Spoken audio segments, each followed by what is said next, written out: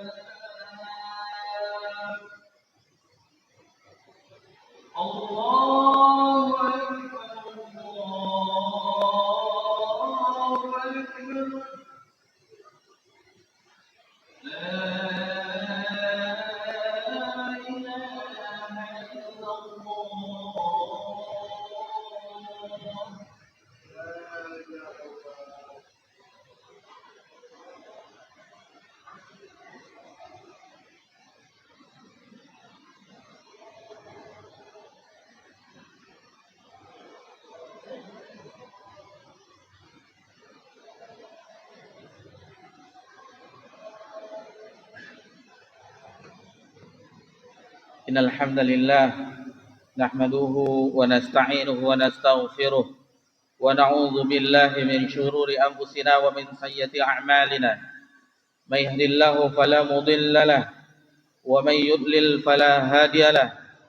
Ashhadu an la ilaha illallah wahdahu la syarika lahu wa ashhadu anna Muhammadan abduhu wa rasuluh sallallahu alaihi wa ala alihi wa man sara ala nahjihi وتمسك بسنته إلى يوم الدين وسلم تسليما كثيرا.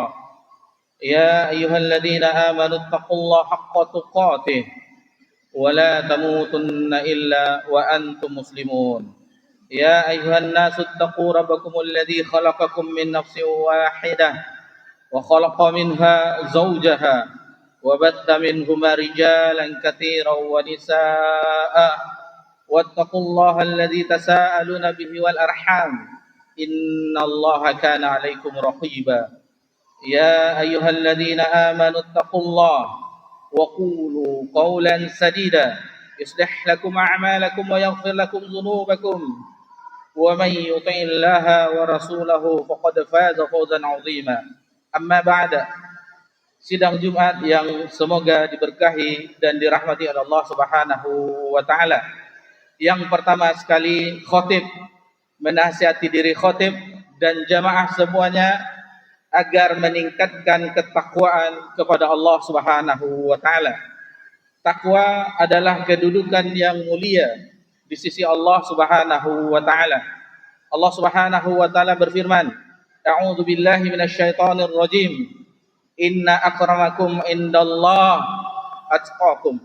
Sesungguhnya yang paling mulia kedudukannya di sisi Allah adalah yang paling bertakwa di antaramu. Masyarul muslimin rahimani wa rahimakumullah.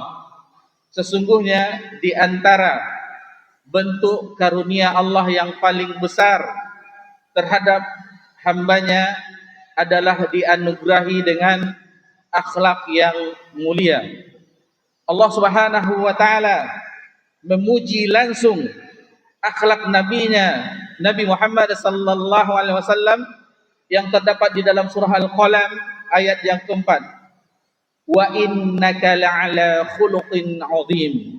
Sesungguhnya engkau wahai Muhammad benar-benar berada dalam akhlak yang terpuji. Allah Rabbuna Jalla wa Ala yang langsung memuji akhlak Nabi sallallahu alaihi wasallam.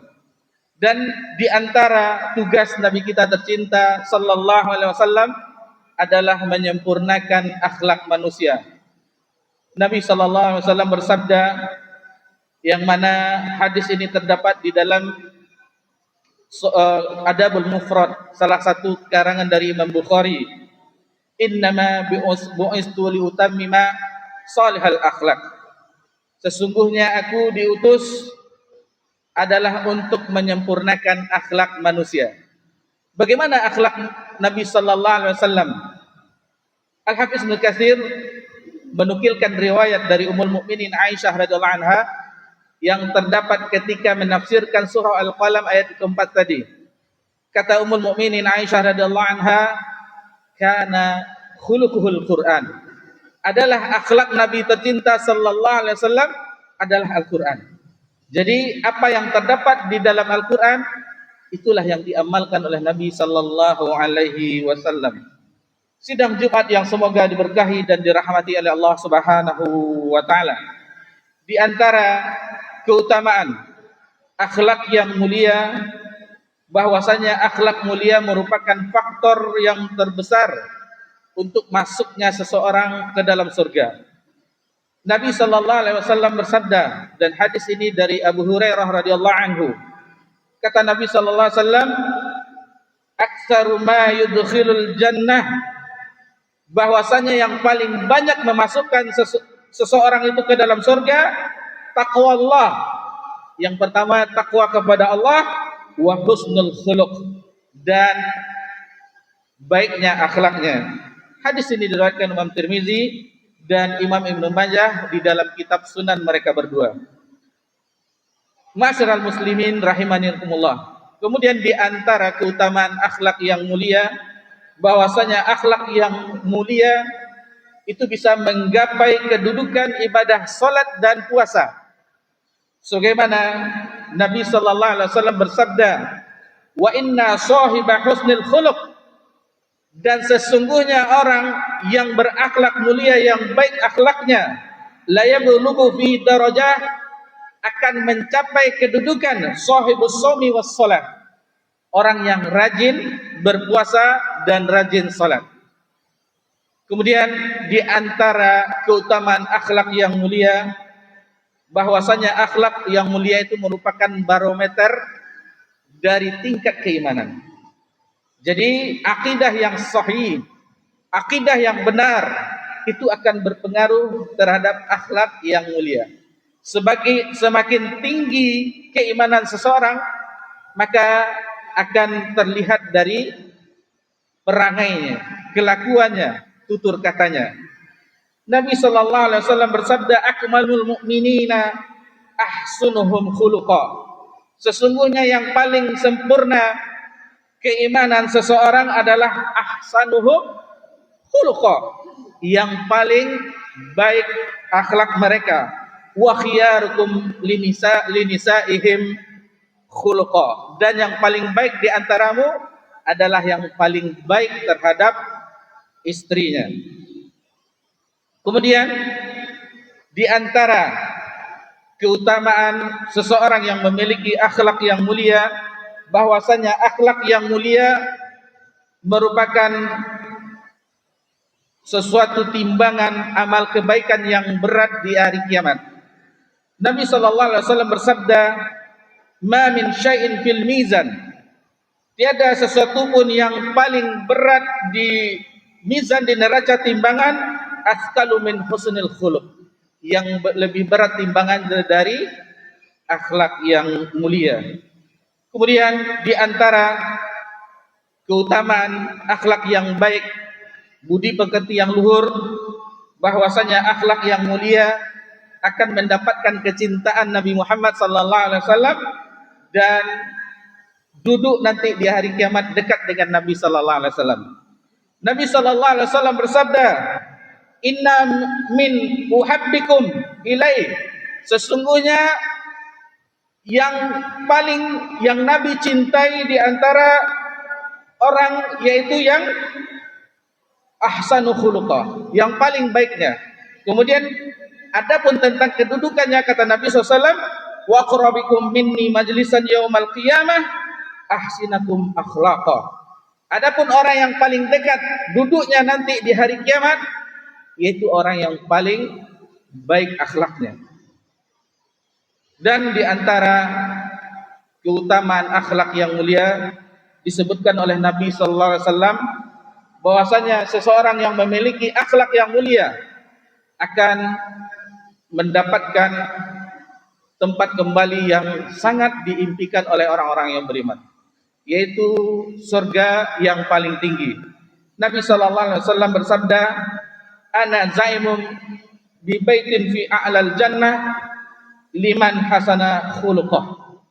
Aku menjamin, kata Nabi sallallahu alaihi wasallam, bi baitin fi a'lal jannah, di surga yang paling tinggi, liman hasana khuluqah, bagi siapa saja yang paling baik akhlaknya. Aqulu qouli hadza wastaghfiru innahu huwal ghafurur rahim.